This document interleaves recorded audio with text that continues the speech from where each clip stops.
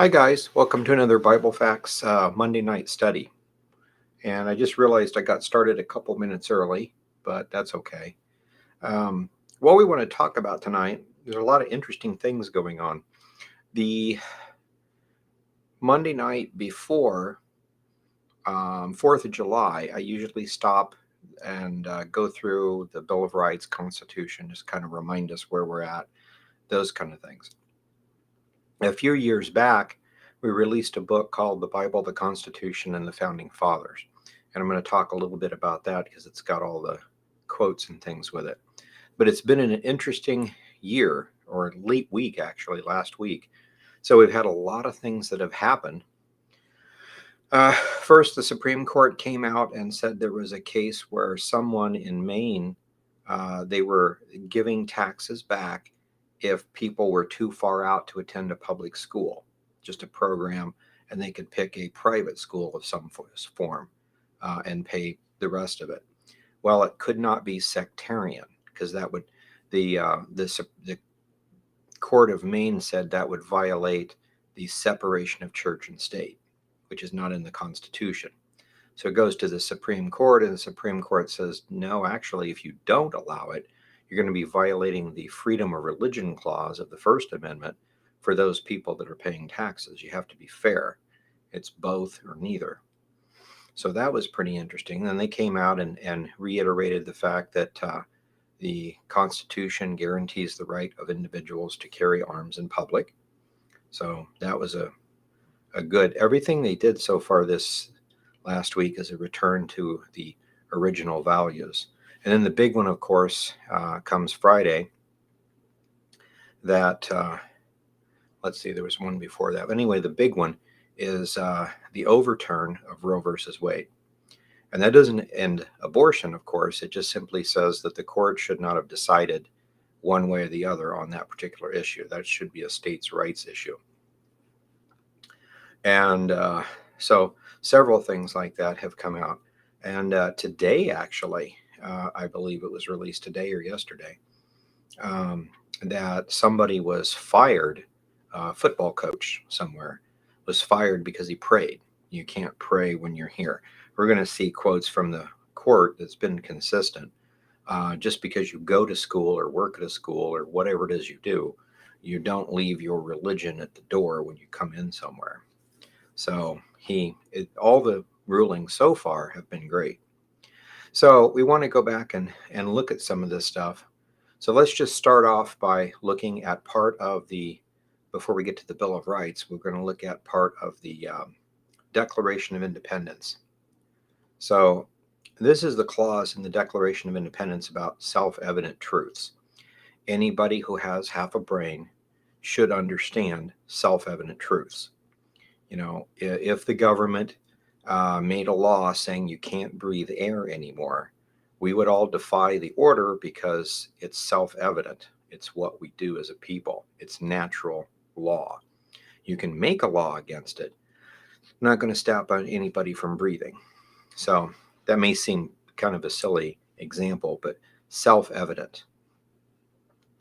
I don't want to be attacked or killed or stolen from, so I shouldn't do it to you. Golden rule, basically. So the Declaration of Independence says this: we hold these truths, the following clause, to be self-evident. We're not going to try to explain why they're true. Everybody should know this is true. All men, and that means mankind, all mankind is created equal. And they are endowed by their creator, not by the state, not by someone else, but by their creator, certain unalienable rights. Okay, so unalienable means something that can't be revoked. So if you have a right to breathe, I'm not supposed to kill you. I might do that. It would be illegal. A government could come and do something bad, like what Britain did to us way back when, and we became an independent nation, which is what they're talking about here. But there's inalienable rights given by our Creator. I saw a meme on Facebook a long time ago. It was George Washington talking to a child, and they were both holding rifles, the old-fashioned kind of rifles. George Washington was saying, this is just a cartoon, is a meme, but George Washington was saying, never forget, it's not I who gave you the right to bear arms. Your God did. It was kind of a cool little thing. So anyway, so these are unalienable rights by the Creator to all people. And among these rights are, and that's not just three, but among them, some of the chiefest are the right to life, liberty, and the pursuit of happiness. Now, with Roe v. Wade, they actually said liberty and the pursuit of happiness is important. But it's kind of a smokescreen. Everybody agrees that every human being has the right to do whatever they want to with their body. If they want, certain clothes or have their tonsils removed or whatever. But the problem is when you have someone else's body inside of yours, that's a slightly different deal. So that goes to the right to life. It's not even so much that they're in this order. And that's where the pro-life groups get their name, the right to life. Very first part of the self-evident truths. You should not be killing anybody. I didn't actually get it, but there is a quote from both the Didache and the Epistle of Barnabas that says exactly the same thing. Because a lot of people on the pro-abortion side would say the word abortion never occurs in Scripture, therefore it's okay, that kind of thing. But both the Didache and the Epistle of Barnabas and a few other works too make it very, very clear. In the list of sins, it'll say, you shall not murder a child by abortion, nor kill it after it's born. So the contrast in there, the before and the after part, makes it extremely clear. You might say, well, the word abortion, whatever Greek word that was, really might mean something else. Well, maybe, maybe not, but in context, it only means one thing. So, right to life and the pursuit of happiness. To secure these rights, governments are instituted among men, deriving their just powers from the consent of the governed.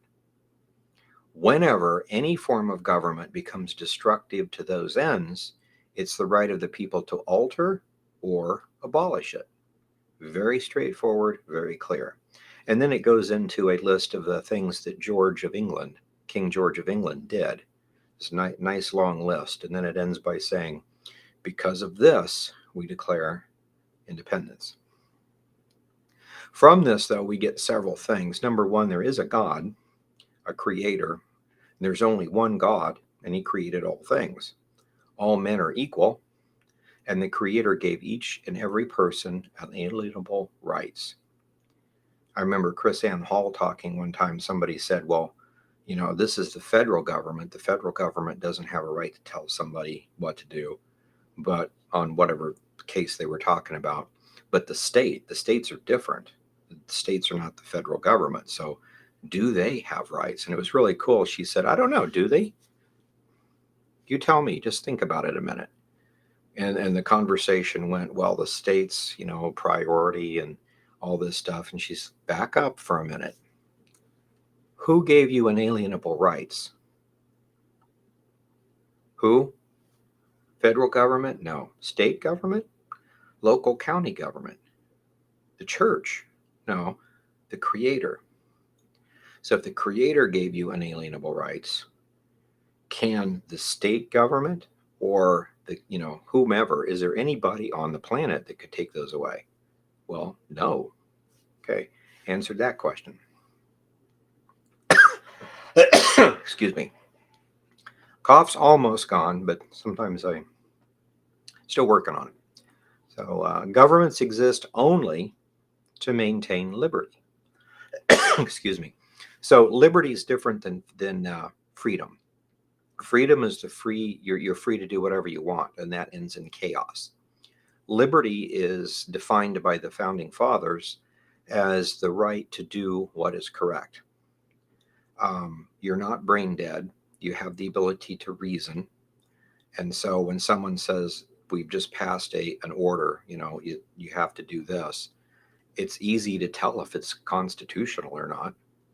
And if it's not, and you say no, and they fine you, then you take them to court, and the court says, hey, that's a violation of rights. It's not hard to understand. So with this, let's go to our Bill of Rights. And this is an interesting subject, and people, there's many amendments, but the first 10 I want to look at least the first few and the last two specifically. So the Bill of Rights, and these are things that we all need to know. We all need to teach our kids. It's really, really important for our kids to see these in practice. So the preamble, we'll skip that here, but First Amendment is freedom of expression.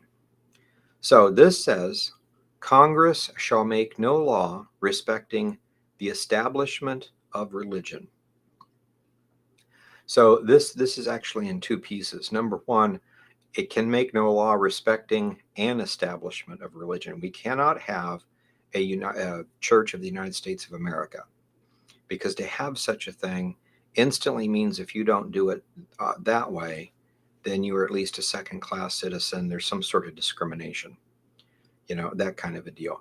And secondarily to that, suppose I'm a Baptist and I tithe to my church, but then I turn around and pay taxes to the state, who turns around and takes part of that and gives it to the National Church of America. There isn't any such thing. It's illegal. Separation of powers in that respect. And so that's basically, I'm being forced to tithe to two different places, that kind of thing.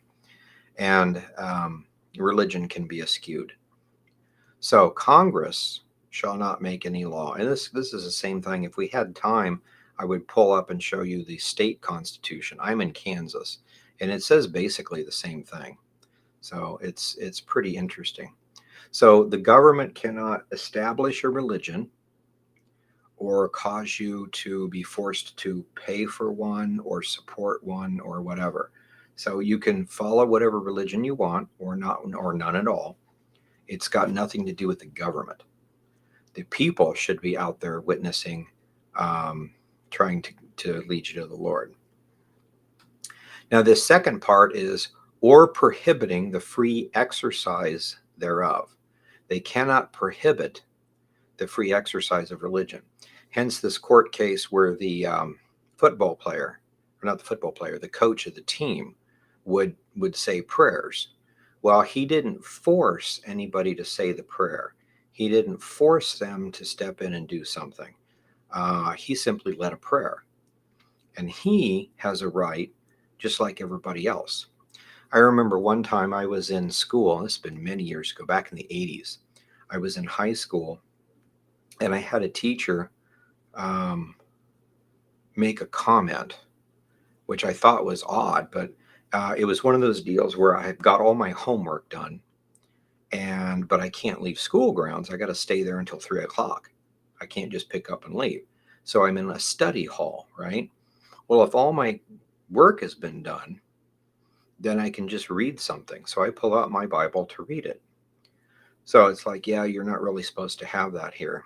And it was funny because I didn't think anything about it. I said, no, you're not supposed to teach it or force someone to follow any sectarian law, but we all have freedom of religion. Now, normally, if it was anywhere else, you could say, put it away, or I'm going to call the police and have you removed. But since I'm a student in school, that's illegal. I have to be here. And if I have to be here, I have to be able to, follow my constitutional rights. And so he just kind of walked away. I didn't get in trouble or anything. It was just really interesting. But it's the same kind of a deal. He can do that too. And basically he did. I don't like that, or I like that, or whatever. So you can say things to people. Did not get in trouble, I would say, don't try to preach the gospel to your classroom while you're in class. You're supposed to be teaching whatever it is you're teaching, science or math or something. And anyway, so I always thought it was interesting too. Several things like that, but prohibiting the free exercise thereof. Okay. Now, this last part is something that I think we all ought to pay very, very close attention to. So, prohibit means stopping you in any way, shape, or form, stopping you from doing something. There is a word, abridging. An abridgment means to stop you from doing something or a piece of it. So prohibit means it's legally prohibited, that you can't do it at all. Abridging is kind of like infringement. Infringement is on an object, abridging is on a thought or something like that. So abridging would be taking a part of something away. So this says Congress cannot um, create a law respecting the abridging of freedom of speech, press, or the right of the people to peacefully assemble, and the right to petition the government for a redress of grievances. So I want you to understand this. The abridging clause goes to all this. So if you say you have freedom of speech, but you can't talk about the gospel, just that one little thing, well, that's not freedom of speech. Well, you can say anything you want to, but you can't do it on Tuesdays. Or you can say anything you want to in your home, but you can't go out to a public square or a park and say something like that. No, that's an abridgment. You can't say that you can't do it if. Okay. So the right of the people, okay, I skipped one, freedom of speech or freedom of the press. I have the right to say anything I want. And this gets into slander. The way that it's supposed to work is you say Ken is a good for nothing, whatever. He's, I don't know, committed murder or whatever. And that's just your opinion. Okay. It's today sometimes called hate speech, but that's not what hate speech is. We'll get to that in a second. But you can say Ken's a no good, whatever. And the government should not get into that. That's your opinion, right?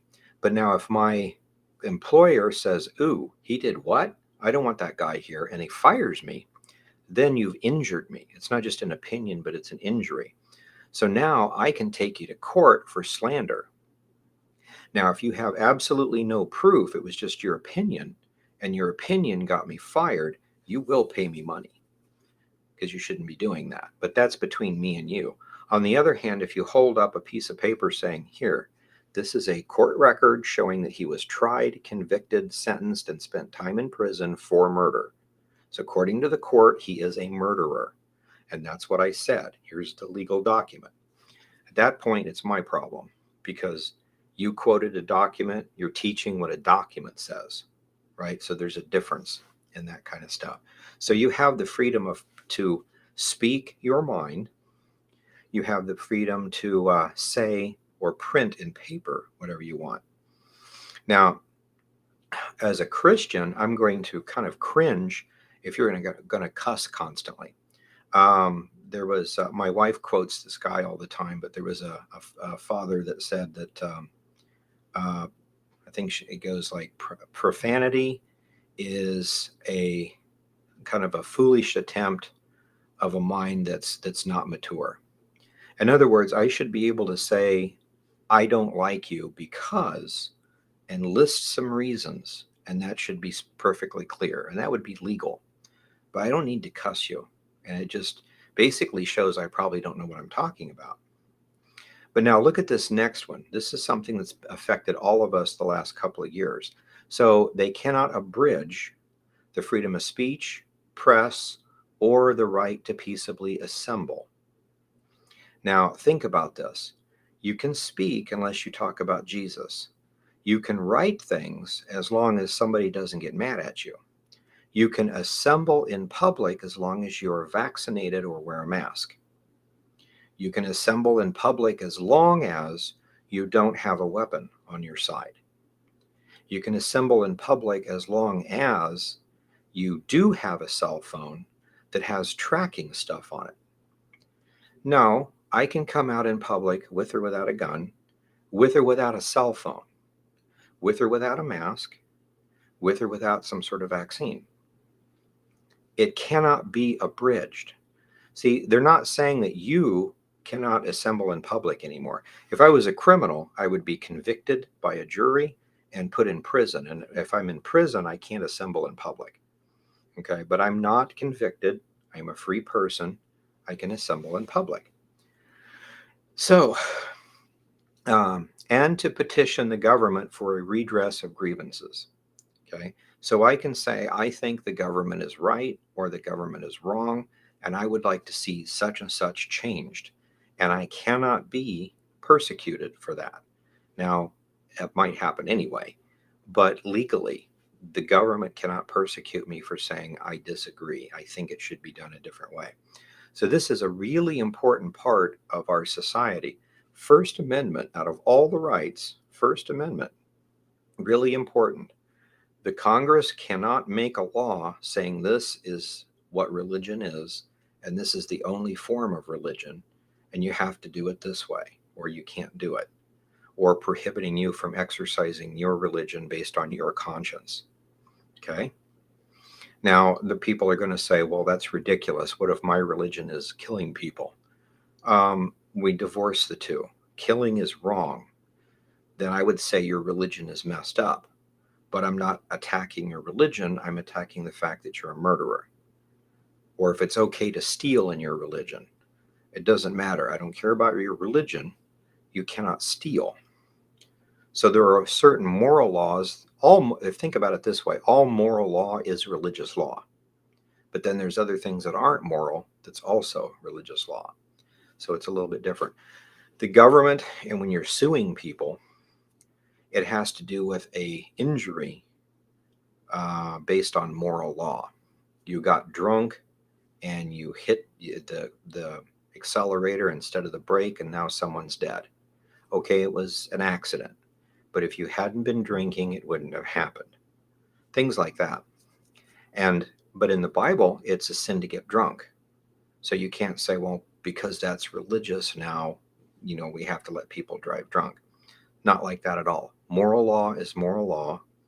Religious law is religious law.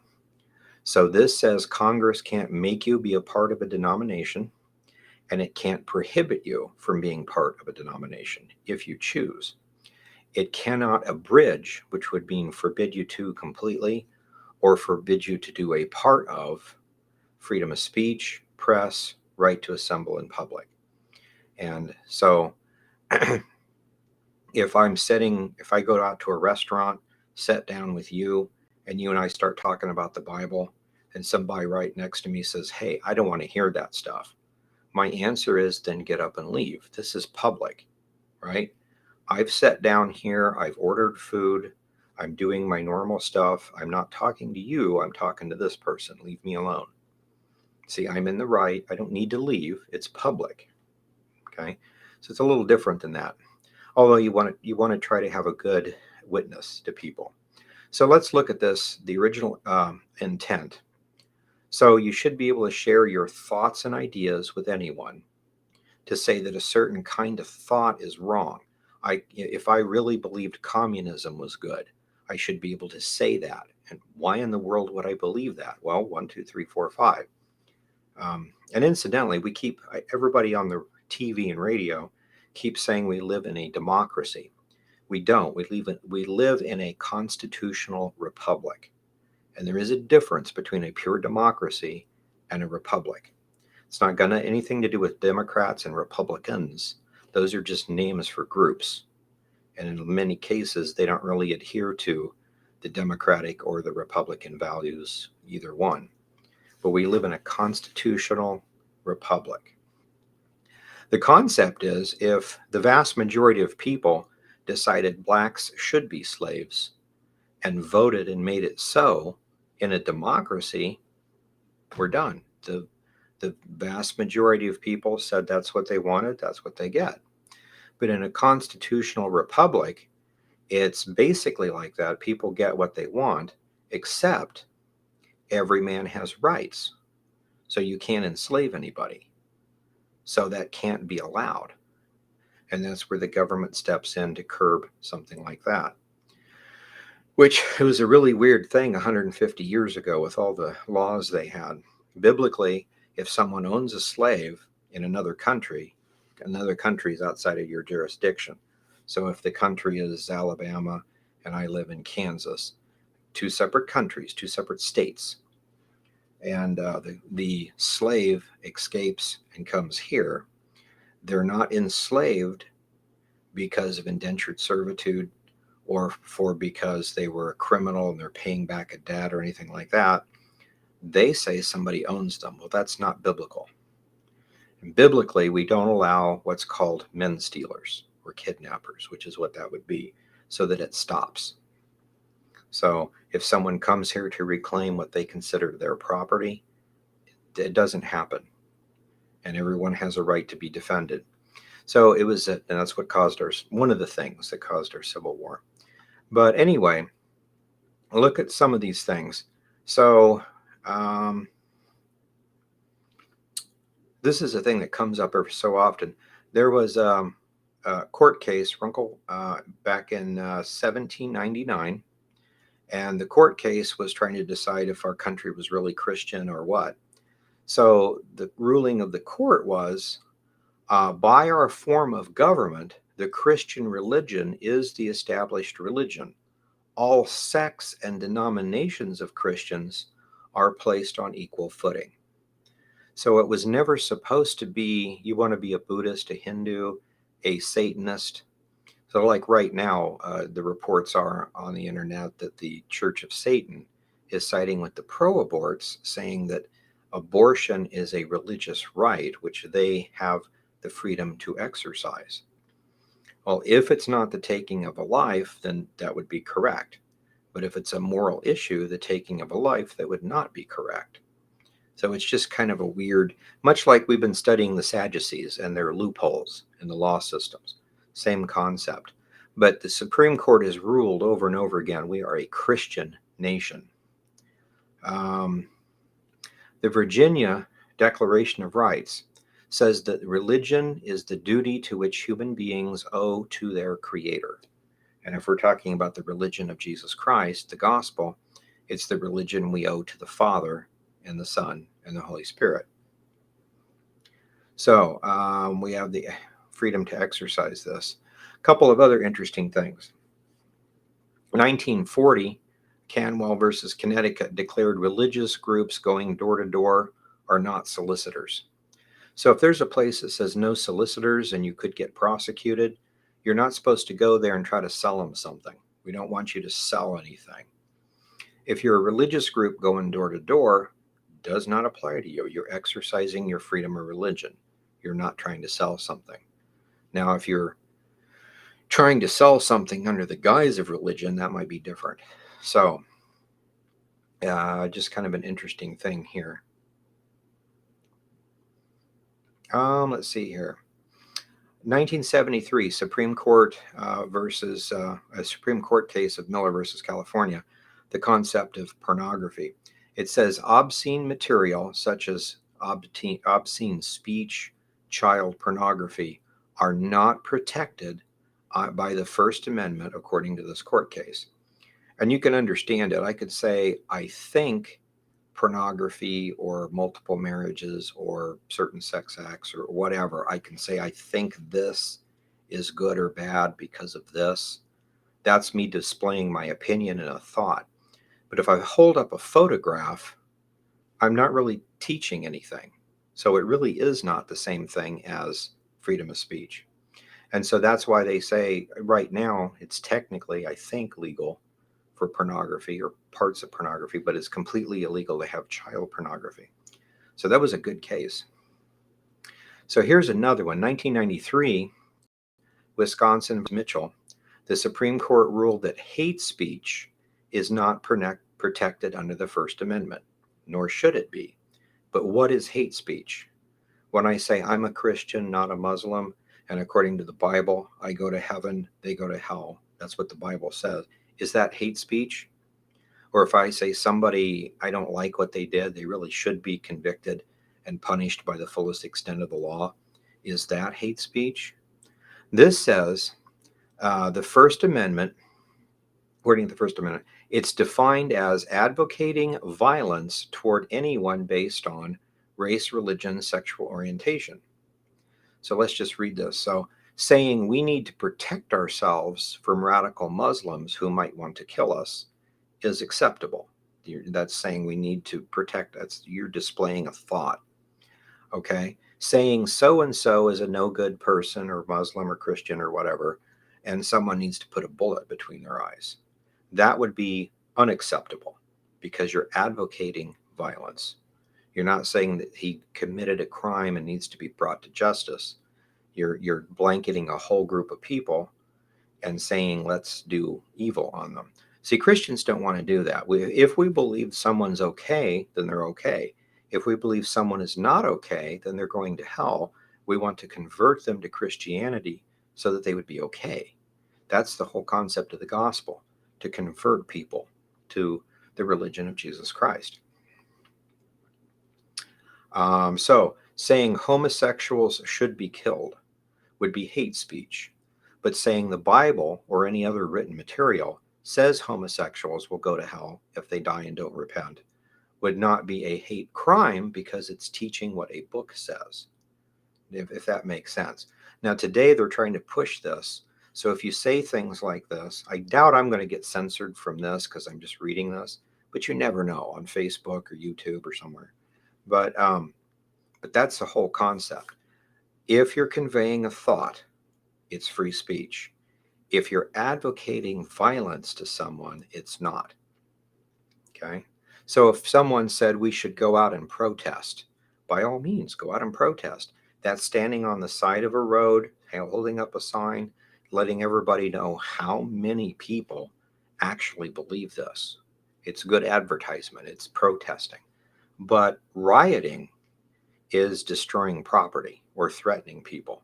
And you can see the difference. You're committing a crime while protesting.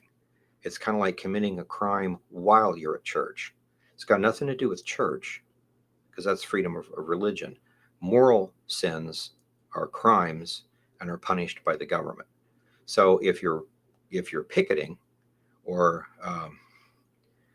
doing something like that, that's not the issue. It's when you step out and commit a crime, and they're two totally separate things.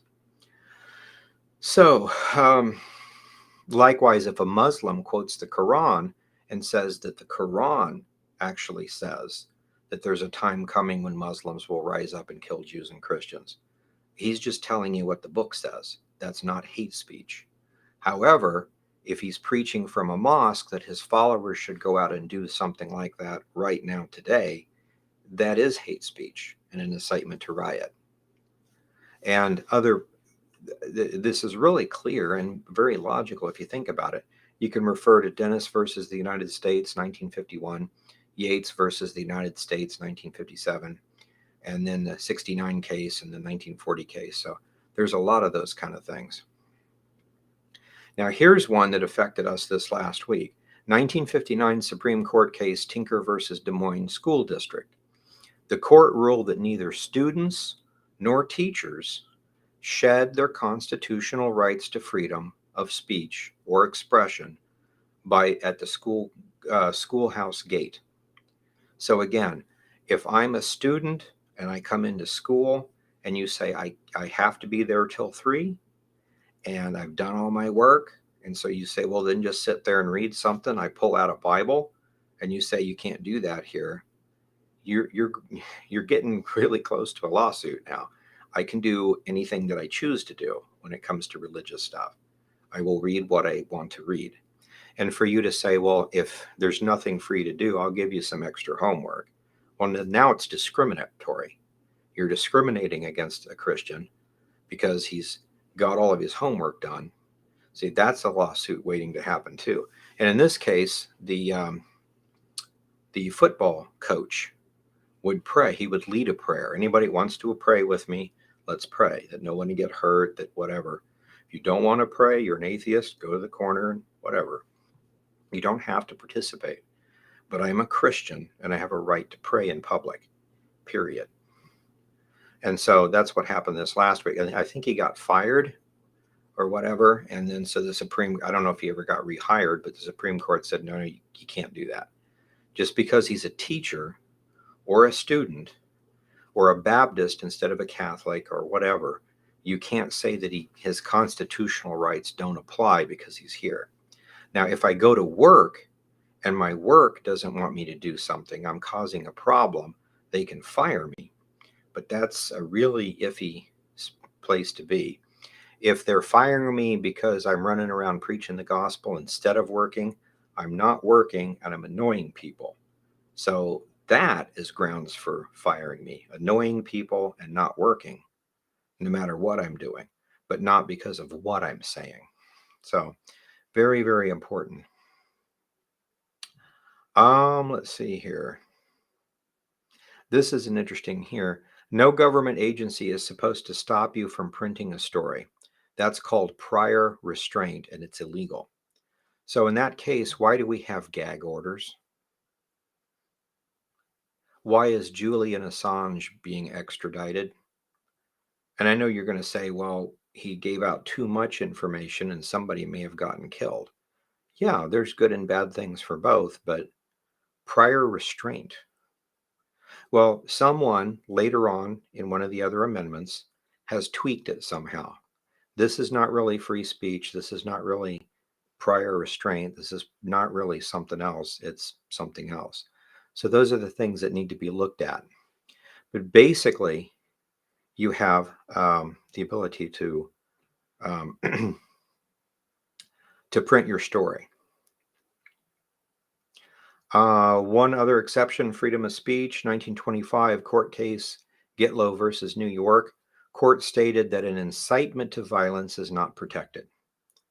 So when that one congresswoman yesterday said, go out there and show them what's going on, a protest, destroy some property, she committed a felony, technically. So just saying, you don't advocate violence. So for all of us guys running around with guns that want our gun rights, we're not advocating violence, we're advocating protection. If you don't come in my house and try to kill me, I will not kill you. So it's just that simple. Okay, let's see. Another example, 1982 Supreme Court case, New York versus Ferber, ruled that having child pornography is not protected by the First Amendment. Another very specific thing. So again, how could a picture express an idea, a thought, an invention, or a strongly held belief? You can believe in it, but the picture is not a written document explaining why you believe in it. And it's extremely dangerous to kids. So no child pornography.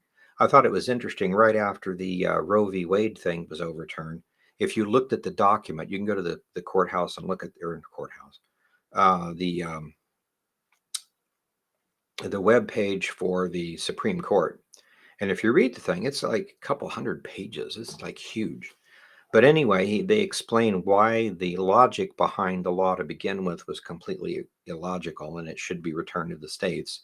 And every court case based on either Casey or Roe versus Wade needs to be revisited because it's based on a premise that was a lie. They messed up, in other words. And so everything based on that messed up ruling should be relooked at. And basically said the things like the gay marriage laws, other things like that should be looked at.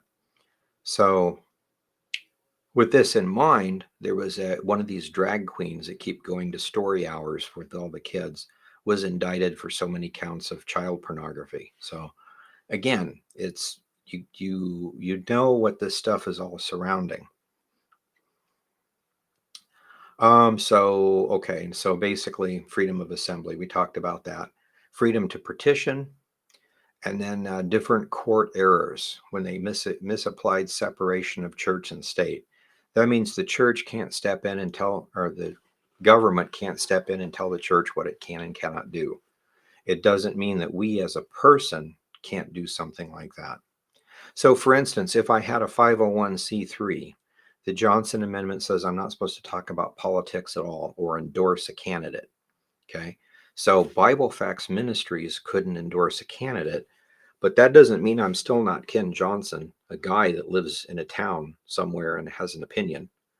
So I can say my personal opinion is, and I'm going to vote for, and that should be perfectly fine. Incidentally, we're not a 501c3. And so that allows me to say different things like that. So anyway, okay, let's go on here. One other quote, Virginia Declaration of Rights, religion is the duty in which human beings owe to their creator. Very, very important.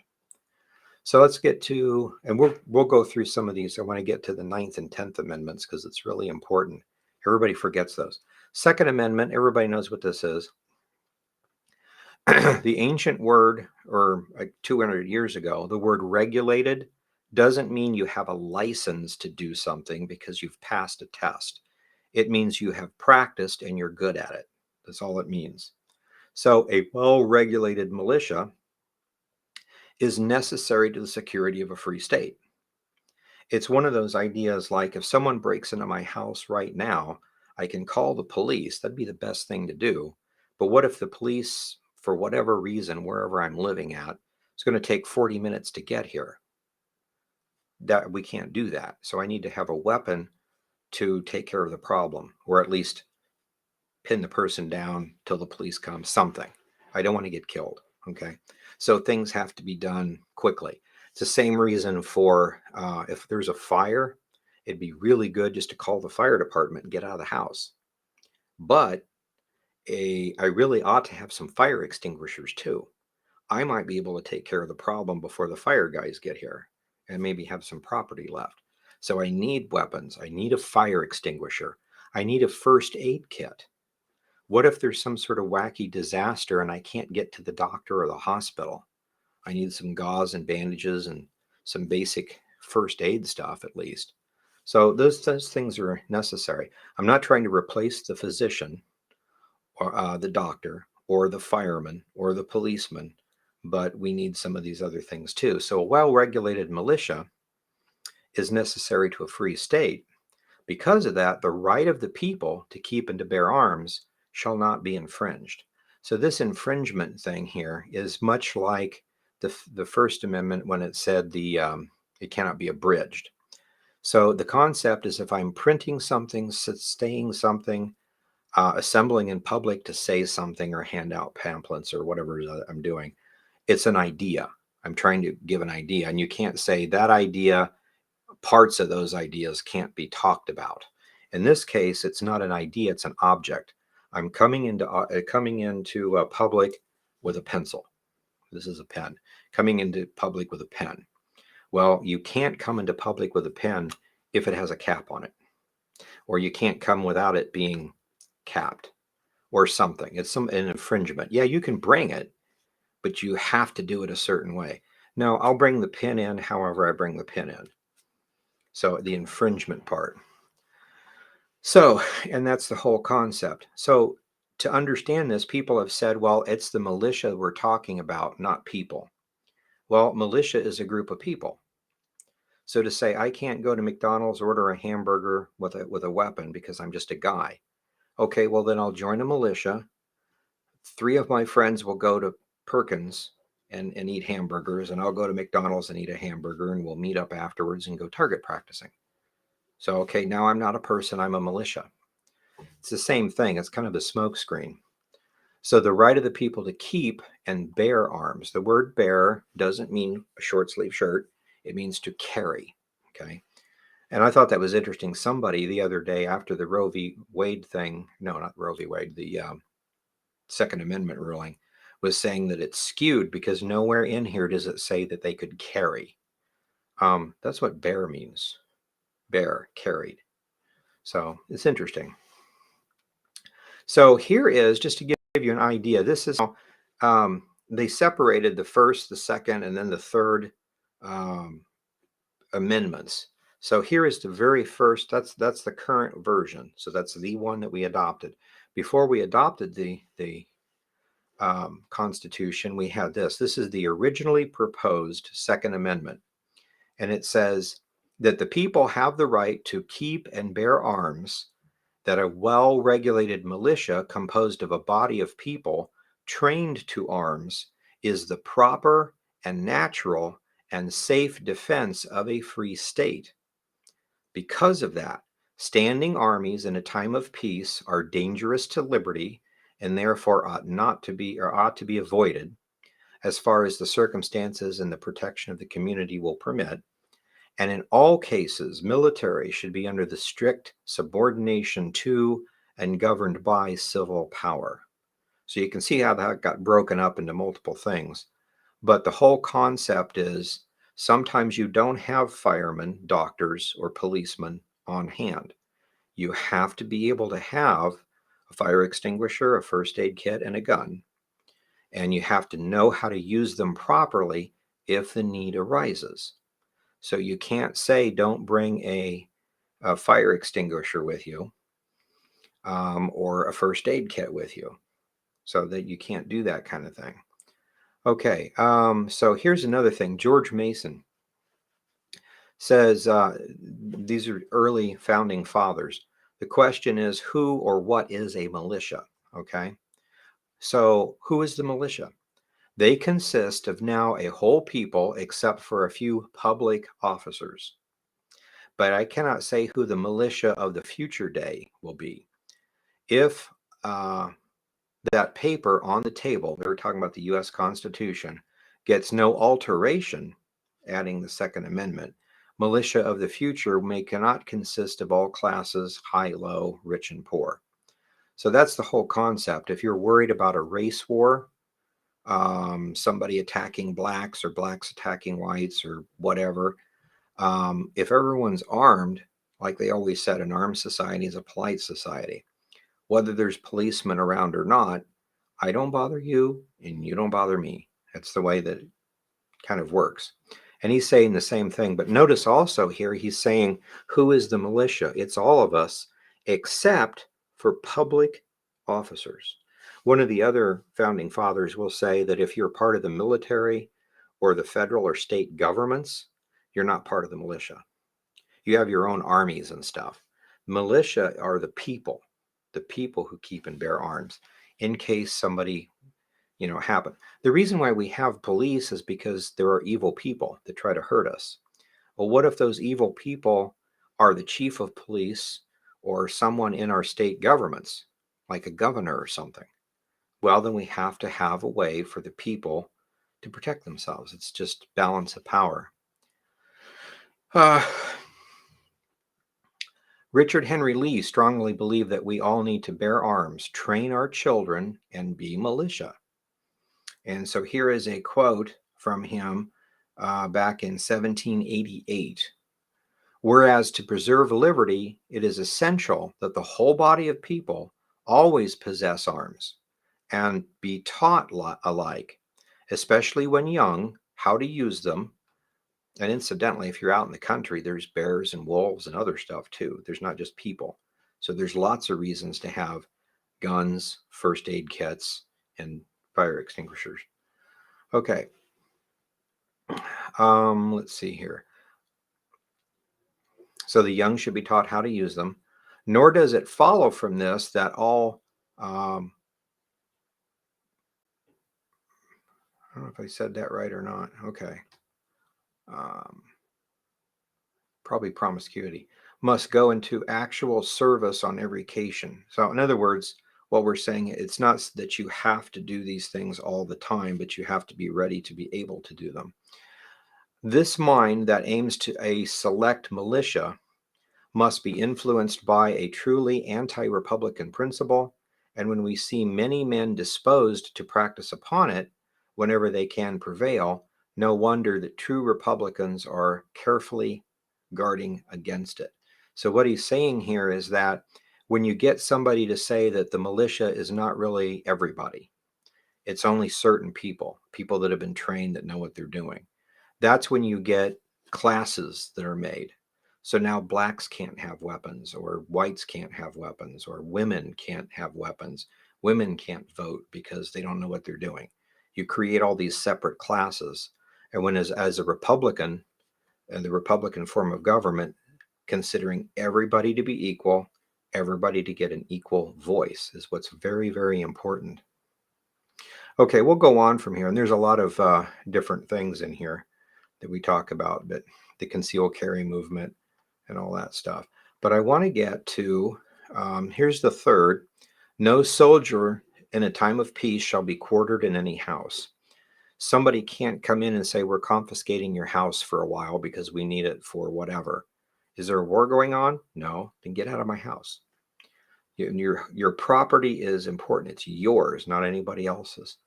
Now, you can't say that when you're renting a place. It actually belongs to someone else. But it's another subject.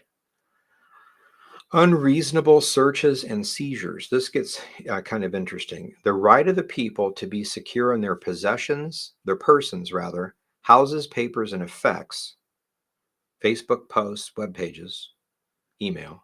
Okay. Against unreasonable searches and seizures shall not be violated.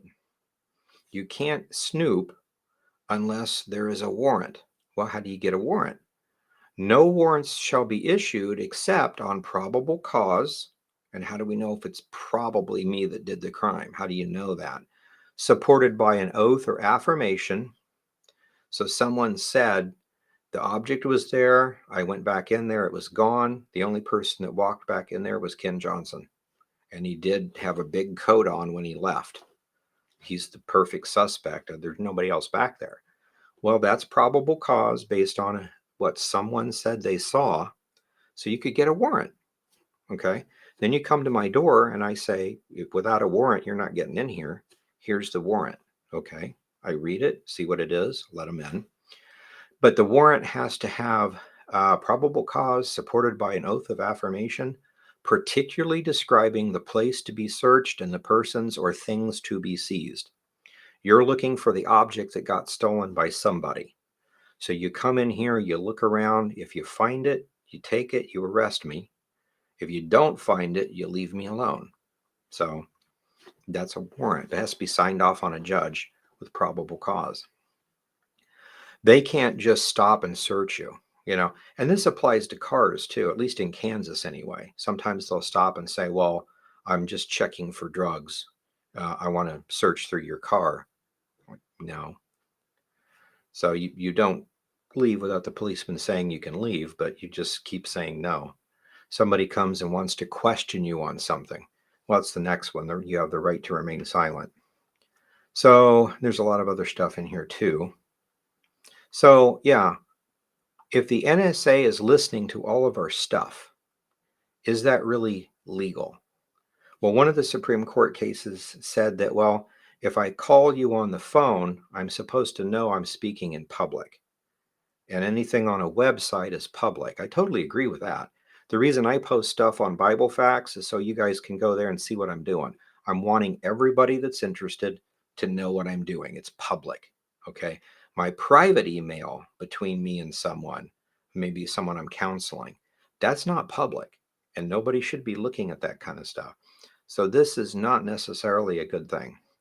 So Fifth Amendment, due process of the law. Well, talked about, I plead the fifth a lot of times. No person shall be held to answer for a capital or otherwise infamous crime unless on presentment of an indictment of a grand jury, except in cases arising with land or naval forces in the militia, when in actual service in a time of war or public danger.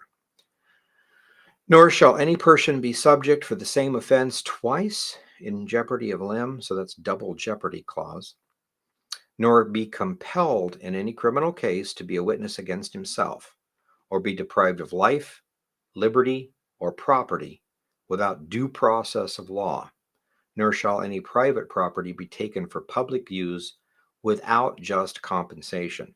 So they want to put a road through here and they want to tear down my house. That's fine. They can say your house is worth X amount of dollars on the market right now. Here's a check for that amount. You have until a certain time to move out and we're going to bulldoze the house. You want to pay me for it? Fair market value? Fine. But you can't just say, well, in our opinion, it's worth $2. Here's $2. Get out. Fair compensation. But the main part is this being compelled to answer. And this is really interesting too, because there are lots of reasons why you wouldn't say anything.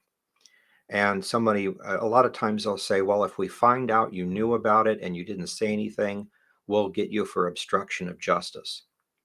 Well, they might be able to pull that off, but obstruction of justice is when I deliberately try to mess up something, hide evidence, destroy evidence, something like that, or try to manipulate something.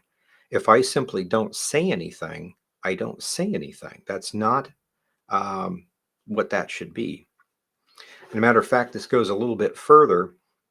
There is something called jury nullification, and the founding fathers talk about it. So, for instance, if I'm a jury and the guy pleads guilty, he jaywalked. Jaywalking is when you don't walk in the proper way across the street, but in the middle of a street. You're supposed to go to the end and walk in a crosswalk, what's marked.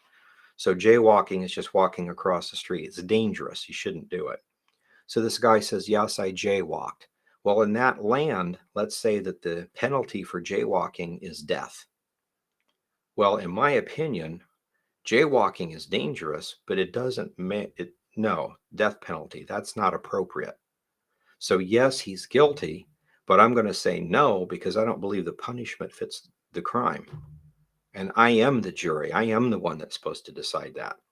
So I remember I was, when I worked for Sprint, I got called to jury duty, and it was a case, murder case. Somebody got killed in a robbery of a store.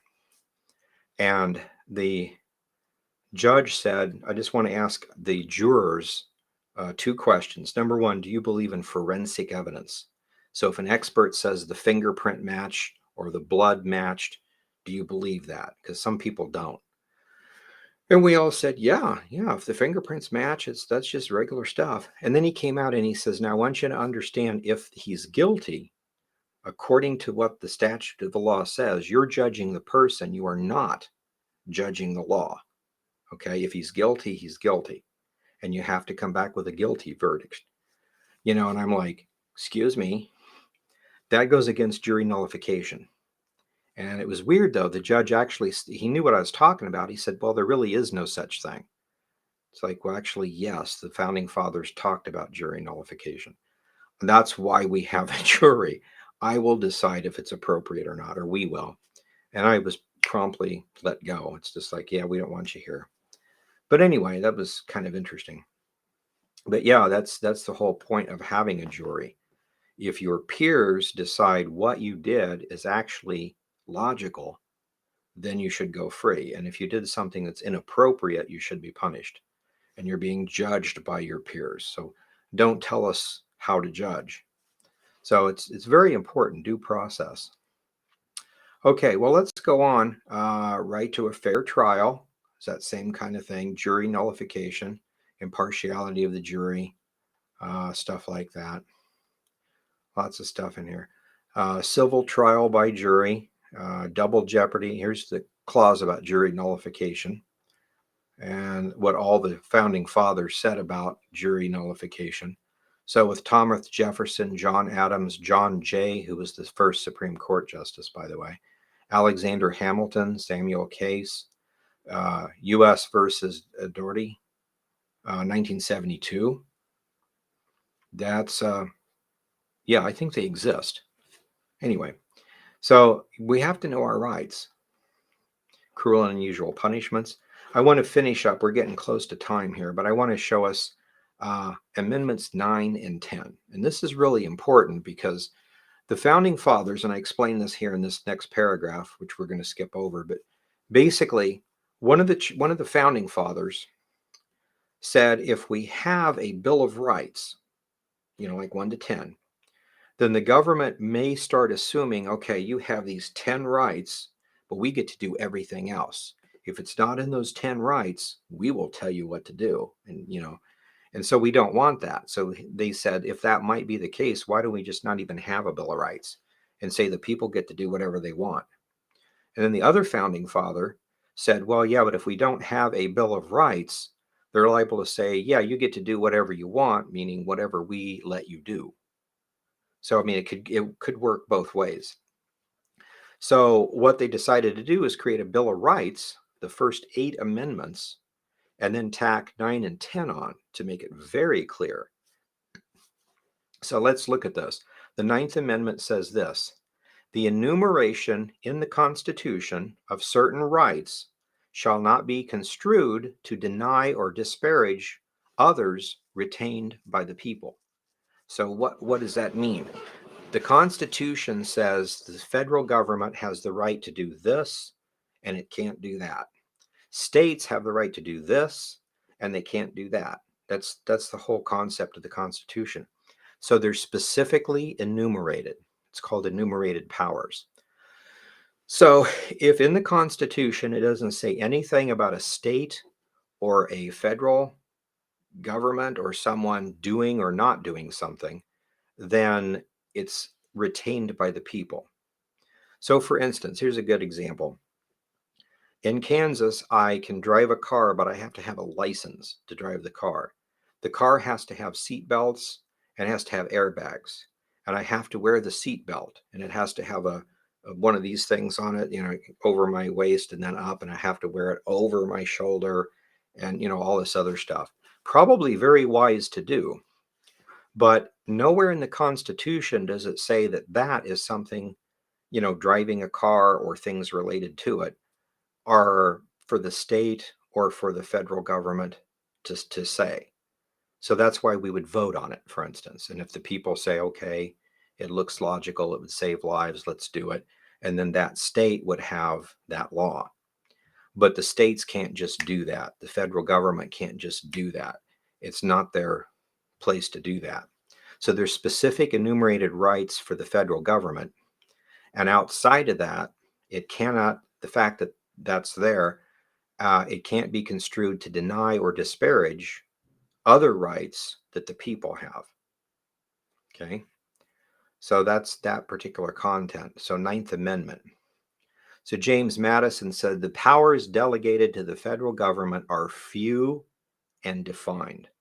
And the main problem that happened with this, the reason why we have probably an overreach, at a certain point, there's only so many senators because there's only so many states and there's only so many representatives. A representative represents the people, and they originally, according to the Constitution, were elected.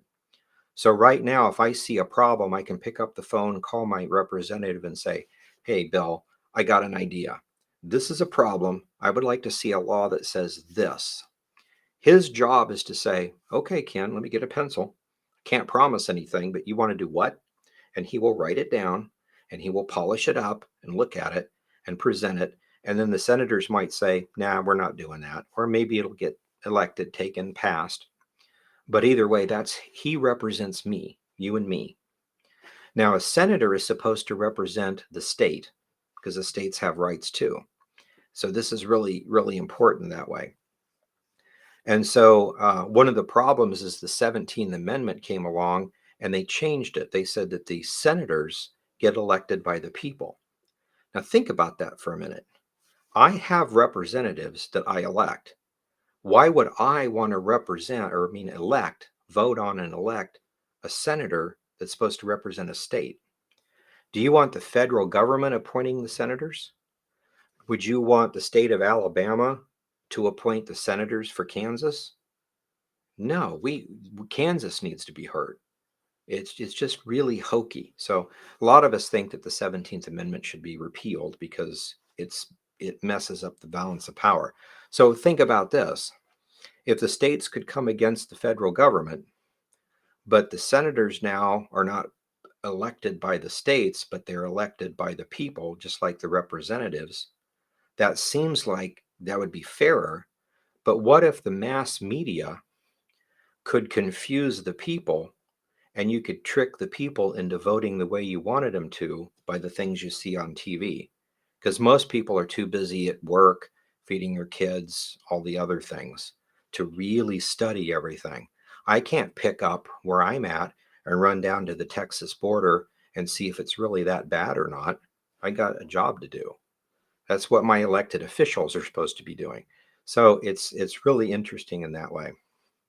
So this one specifically says the Constitution has specific things. But what happened was they decided they wanted to do this, this, this, and this, and a human being can only do so much.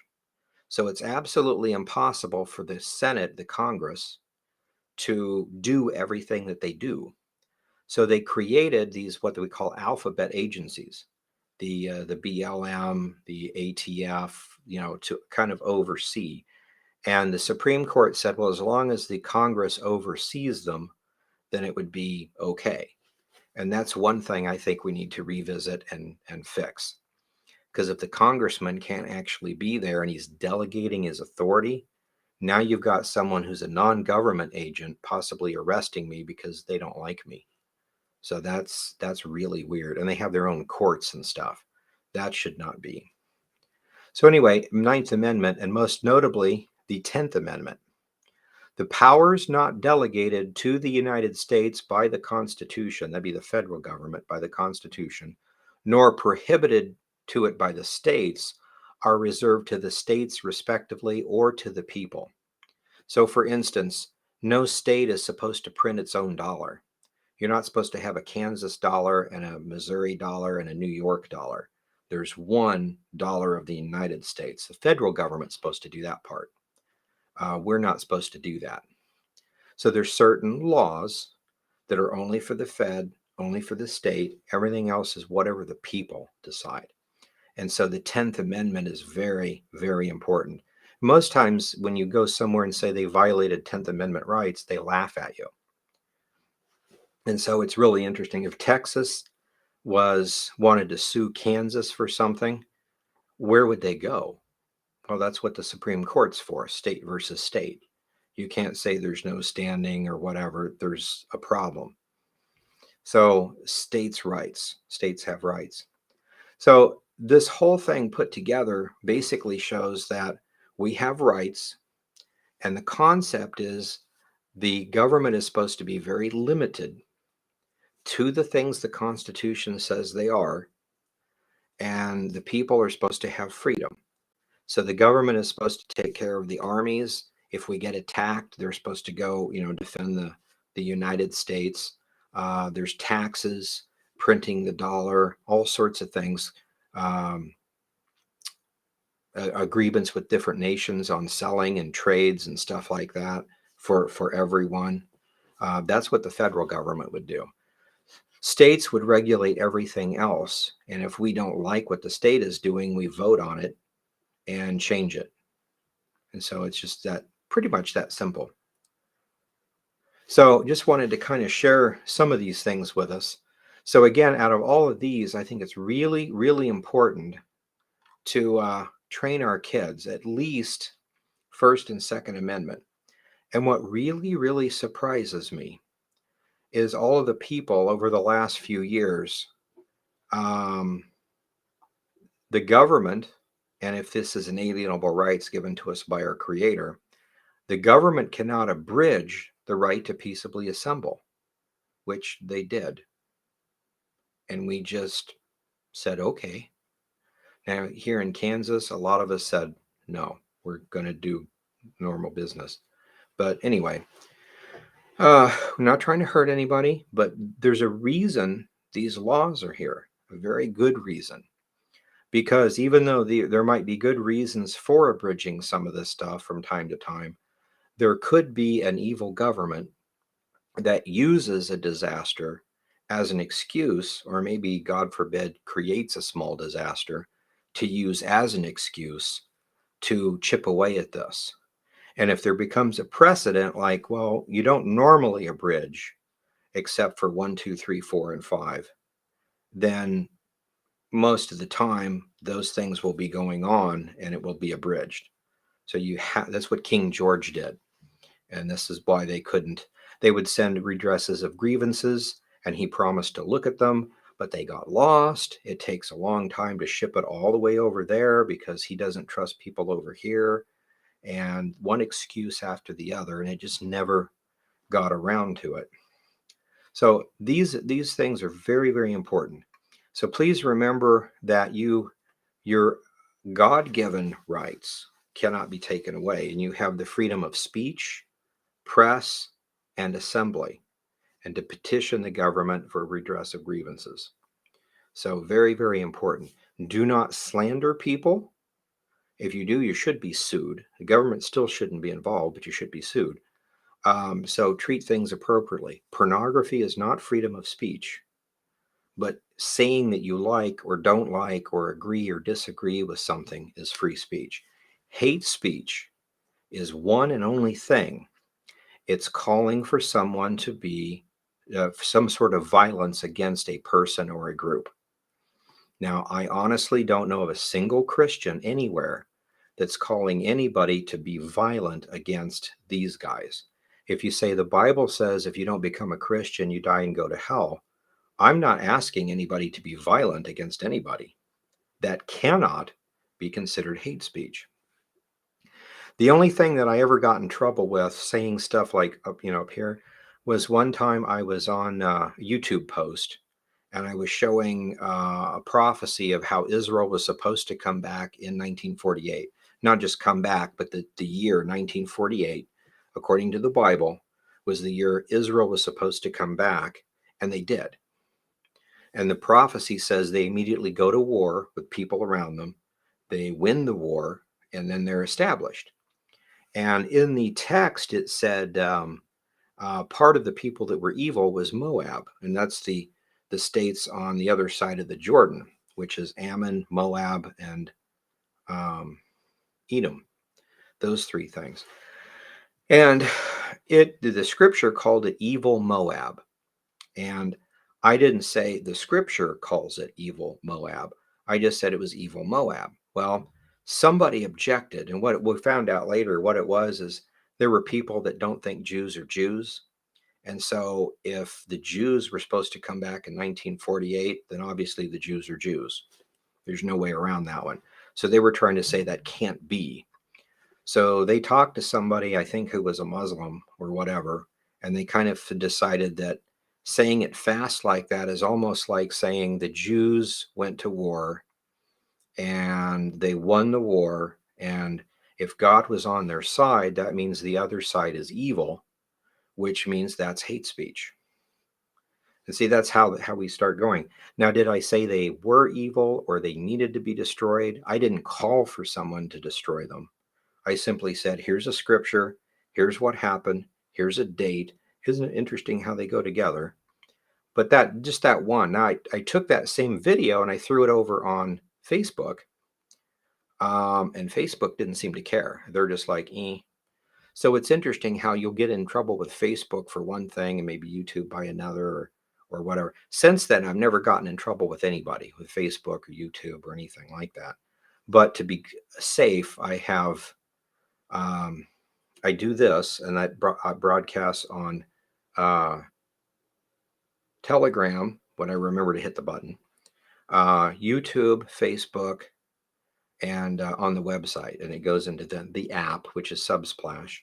And then I have a channel on Odyssey and Rumble that, for instance, right now it's not live on there, but tomorrow or the next day, somewhere along the line, it will pull the latest one and it'll be there.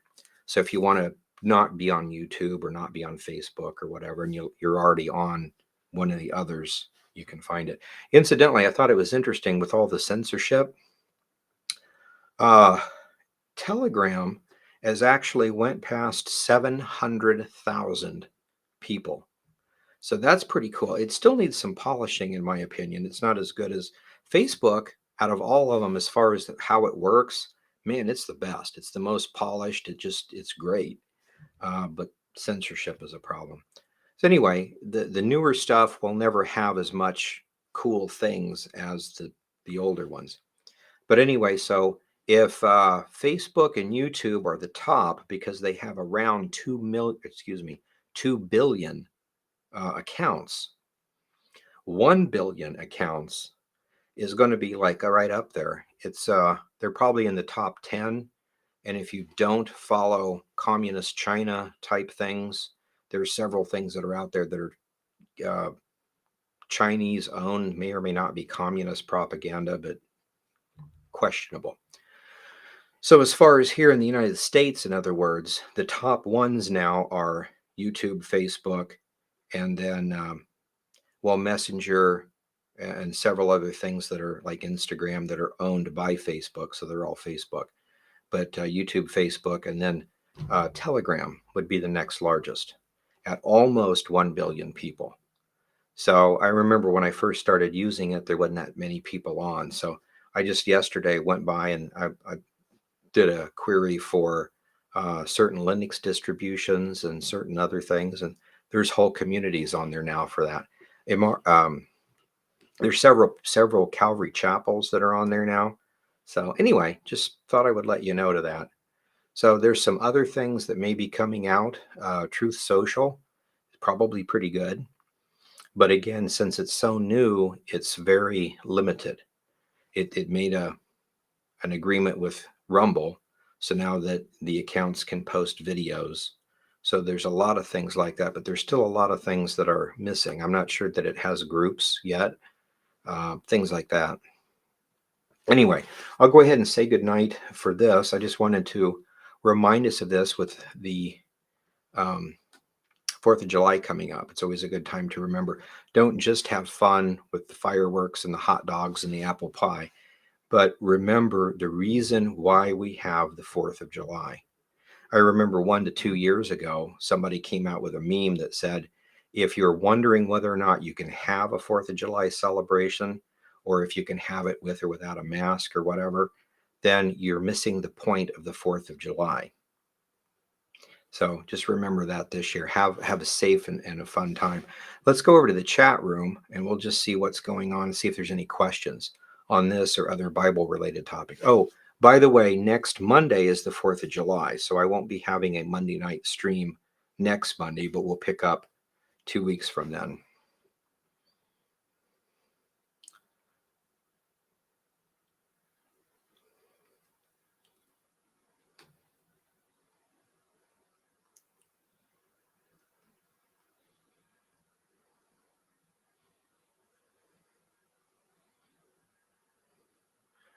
Okay, people quoting different things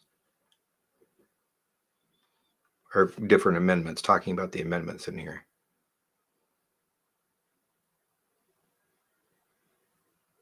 Ah, wife said, yeah, that's the quote. It was from Adrian Rogers. Profanity is the attempt of a feeble mind to express itself forcefully. I like that. I thought that was really cool. So, yeah, you should be able to say anything. You don't need to cuss Ken out, the blankety blank guy, but you should be able to say, I like him or I don't like him because, and then just list it. Give your opinion. Tell people what you really think. But you don't need to use profanity. And we don't need to use pornography, no matter what your opinion is on it. Say your opinion, but don't hurt people.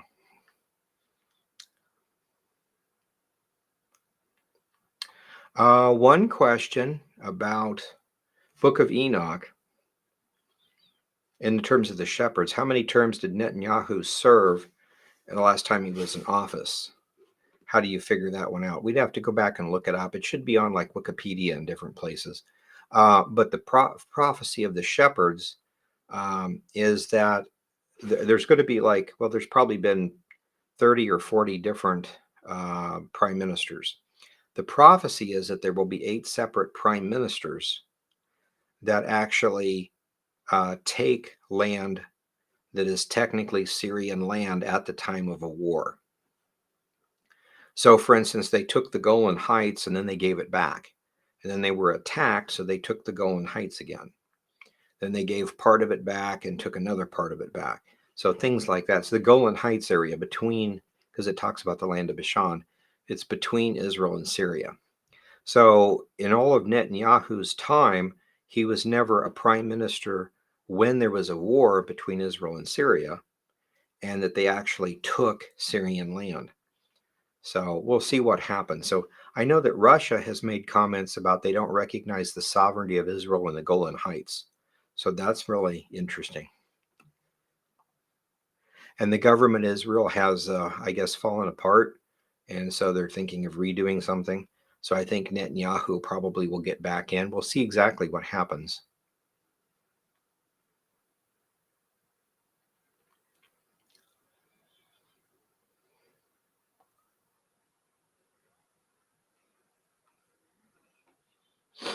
And people quoting, yeah, let no corrupt communication come out of your mouth.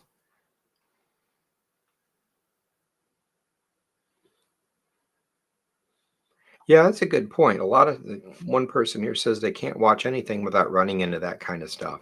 And it really is sad, you know it? Why can't we be good orators, for instance? If you have a point, convince me. And if you start cussing, I'm not going to be convinced. So, yeah, or some people wouldn't, but why not go the extra mile and be sensible about it? Yeah, it's kind of strange.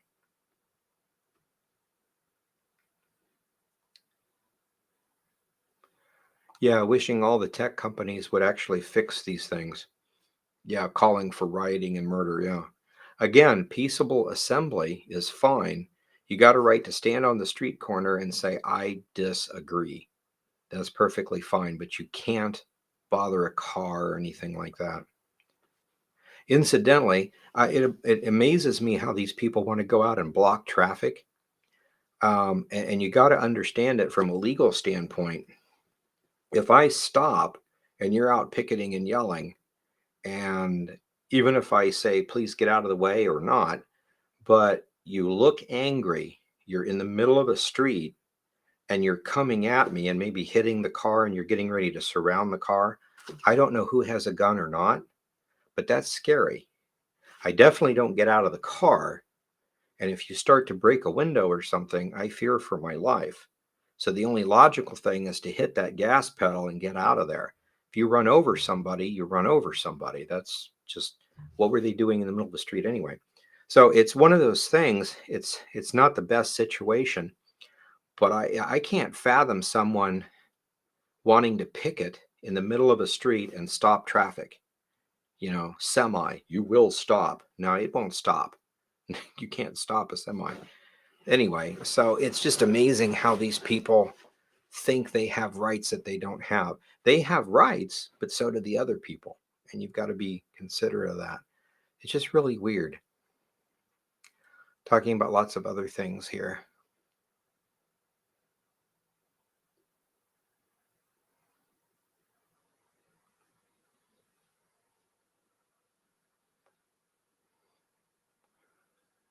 Arizona. Okay, here's a question.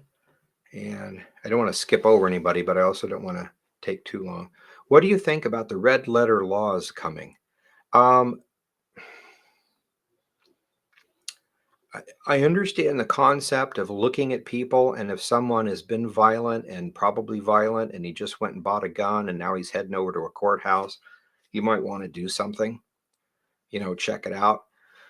But again, that person could be evil, but the government could, I mean, people can be evil and be good.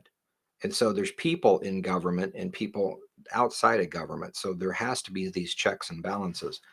And there's been movies like that. I forget the name of the movie, but one movie was about this supposed scientific invention, and they would look in the future and see who went crazy and kill people, and they'd go arrest them before they committed the crime. And that sounds wonderful until one day they found out that the machine could be manipulated. Somebody didn't like him, so they made it look like he went crazy and killed somebody. And of course, he knows he's not going to do that. So that's a really great example, I think, of this kind of stuff. Um, Gun laws. I mean, people. If weirdos have guns, they'll kill people. You can never keep guns out of the hands of weirdos, right? Criminals. So law-abiding citizens and police and everybody need to be able to take care of problems.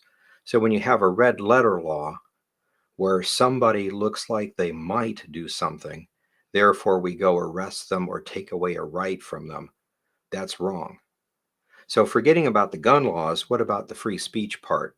So if I am getting ready to say I am pro abortion, anti abortion, something, whatever it is, and because of me saying that where I'm at in that newspaper, it's liable to start a riot and somebody's liable to get killed.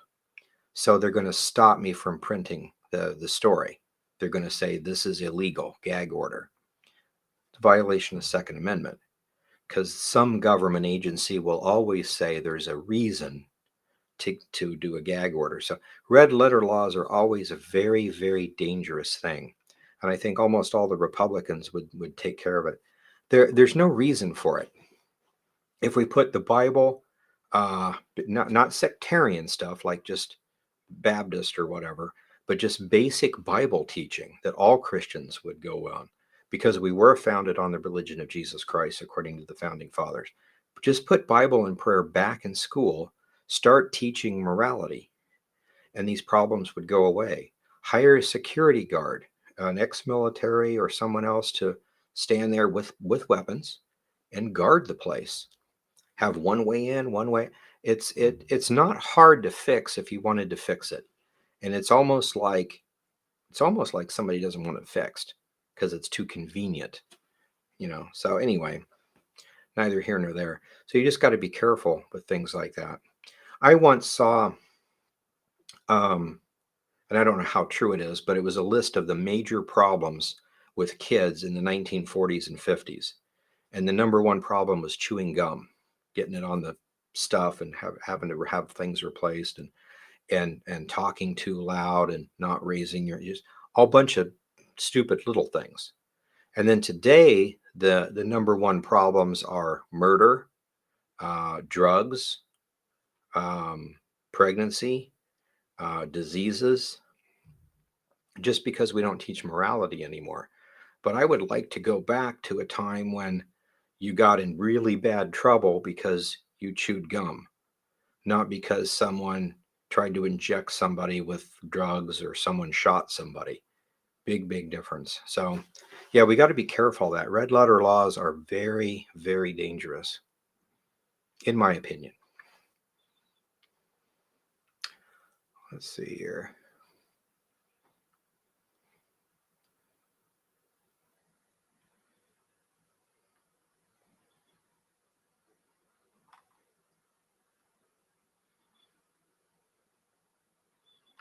Okay, question.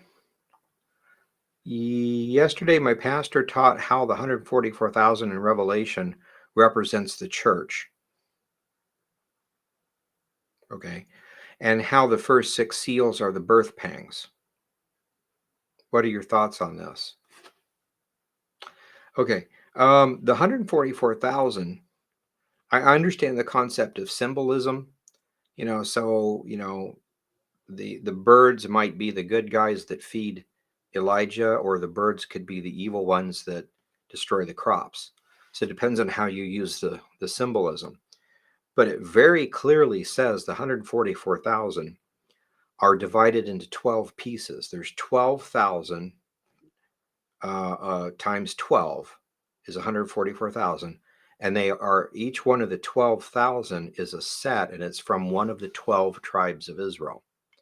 So these people are Israeli, okay?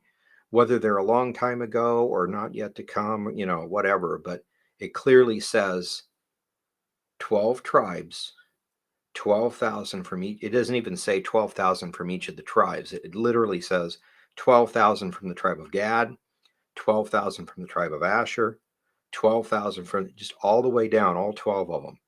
Very, very specific. So there's no way that the 144,000 would represent the church. They are 12,000 Jews out of each of the tribes that apparently do something, some sort of missionary work or something during the tribulation period.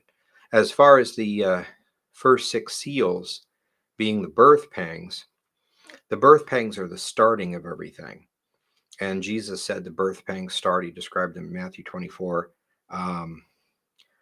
Between Church Father Irenaeus said that the birth pangs actually start when Israel comes back. So my personal opinion, I think we've been in the birth pangs for 70 years. Things have started getting worse and worse and worse in powers, governments and stuff. Israel has gotten stronger and stronger. The church has apostatized, gotten weaker and weaker. The Jews have gotten stronger in the sense of more and more of them are messianic. So I still think, and I could be wrong, I need to finish my studies with the scrolls and go forward, but I still think the first seal is the Antichrist coming to power. So the Antichrist isn't here yet, may or may not even be born yet. So I wouldn't think that the seals have started. Now, I know some people say the seals, that it's not the Antichrist, it's the Antichrist system. And the Antichrist system might take 10, 20, 30 years to get in place. And then the Antichrist could come. And if you're looking at it that way, I suppose it's possible, but it deals with the Antichrist and his system.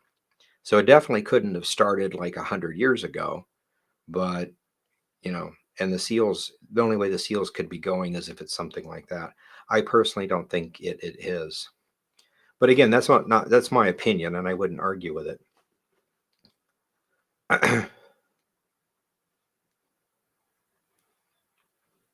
What are my personal thoughts on the gap theory between Genesis 1:1 and 1:2? I I'm undecided in it really. The whole concept is there's a handful of verses that are taken to say, well, maybe it means this, maybe it means that. And I can't prove that there is no gap theory, but I also don't see direct evidence for it. So, for instance, the King James would say, go and replenish the earth. Well, to us in English, replenish means to plenish in the way that it was plenished before. So you were redoing it. So there must have been people there before. Well, in Hebrew, the word means to create, plenish, replenish, anything like that. And it could be used different ways. So that's just an example. The only people that I know that have actually taught a pre-Adamic race, for instance, something before Genesis 1:2, there's been two cults in the last couple of 100 years that have taught it. That doesn't really mean anything, but I can't find any documentation from the early church, from the Dead Sea Scrolls, from the rabbis, or anything about it. Might be out there, and that would be something to look at. But I mean, not just that the word might mean there was something and maybe not, but something specific. A prophet saying there was people before Adam, and here's how it started. Here's where their headquarters were. This is what they looked like. This was their first president. Some detail. And when all we have is just a word or two, it's interesting to look at because there might be something there, but there's absolutely no documentation of anything that's there. So maybe one day we'll dig something up. So that's why I say I'm kind of independent on it, because if we find some evidence, there's definitely no evidence to say that it didn't happen. But you know that would be kind of hard. It's like me saying I believe in Bigfoot. Maybe there is a creature like that out there somewhere, but there's no evidence. Now, all someone has to do is go capture one, put it in a zoo, present it to everybody, and that's evidence. The fact that nobody's caught one yet doesn't mean it doesn't exist, but the longer we go without you catching one, we have to wonder why. So it's just one of those things. Incidentally, I do have a lot of friends that believe in a pre-Adamic Earth, and they would go to those same scriptures and all, but and I'm not, anti or anything, but I always tell them it's like, hey, if you ever find any concrete evidence, yeah, I would love to see that, because I believe in the Nephilim too, and so there's a lot of stories from the early church fathers and stuff like that about the pre-flood world and the three Nephilim clans and the civil war that happened back then, and the different things. So the genetic experiments, how they did the genetic experiments, it's actually all written about in the scrolls. So that's there. Now, that might be all fiction. You can say it's fiction, but at least there's something written about this is what they did and this is how they did it. And there's no documentation of any pre-flood guy, or not pre-flood, pre-Adamic guy. So we'll see. Maybe there is something like that and somebody will find it someday.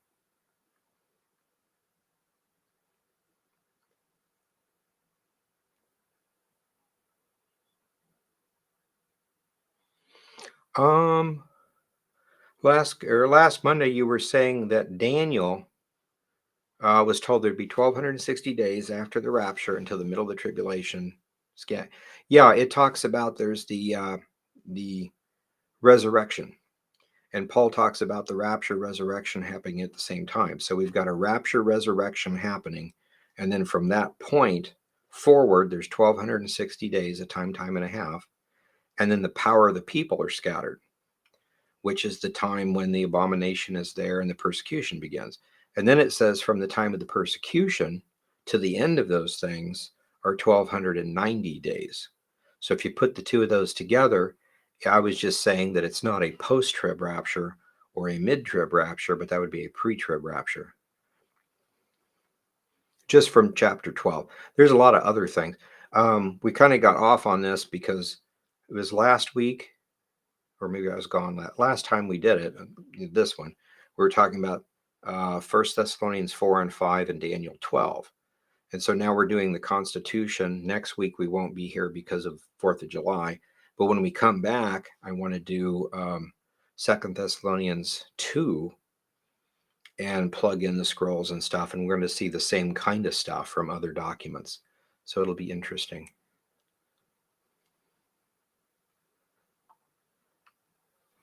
Do I understand correctly that the lines of Adam and Cain, the lines of Adam via Cain and Seth, rather, are delineated in an intermingled way in Jasher? Yeah, if I said something like that, probably what I was saying is that there's three separate timelines. In other words, it'd be like my dad was born when he was 50, he had, or my granddad, he had my dad, and then when he was 50, he had me, and then I'm 50 years old, and so it's so much. But now when I was 20 is when Pharaoh was born, and then I stop with that and I go over and talk about all the lineages of the pharaohs. And then I stop with that and go over and talk about something else. So there's these three separate genealogical records going, like this group, and this group.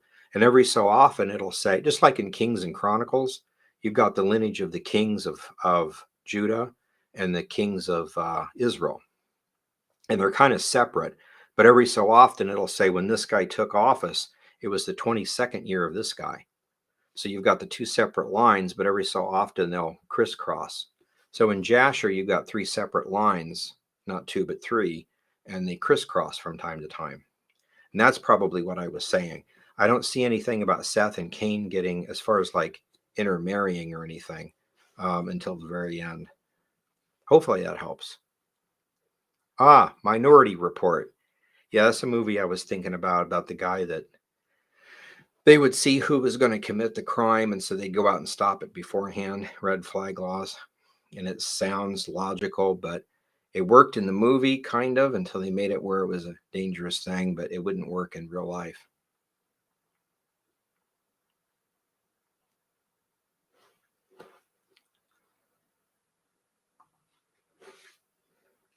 Telegram is apparently for reading only.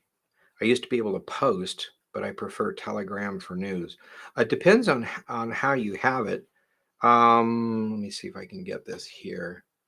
I'm currently broadcasting in there, but if you, I won't click on it because I might mess it up, but the Bible Facts, that's my channel, and that's just me posting what we're doing.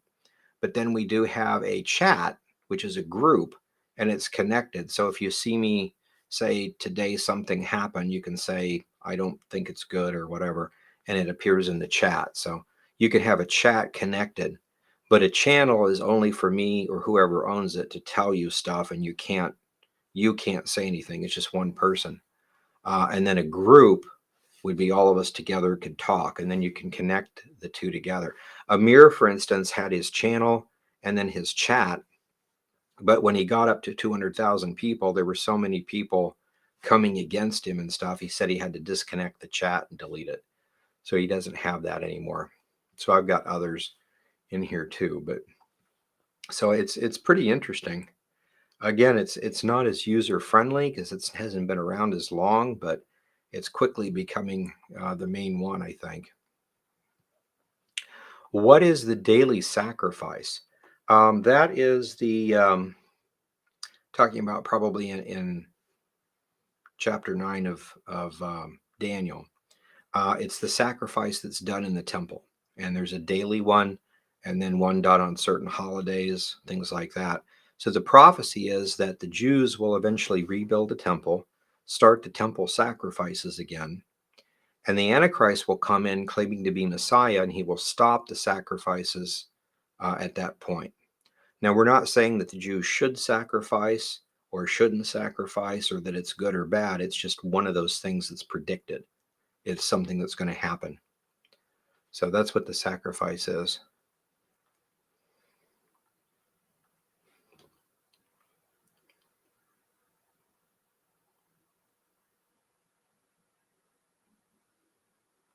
Okay, couple, and we'll answer one more here, and we'll end it here.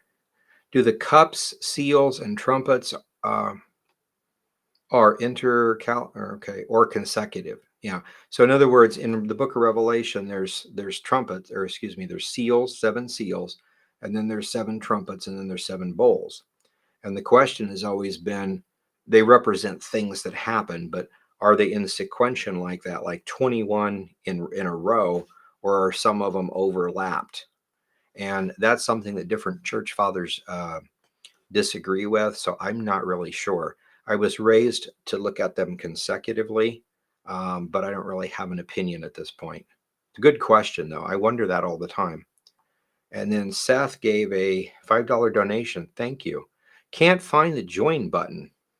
Ew. Let me. Okay, so if you go here to, no, not this one, our YouTube. Let me get here. YouTube, and basically on the regular channel, we have giving up here. So if you want to donate through PayPal, you can do that. But on here, we go to our channel.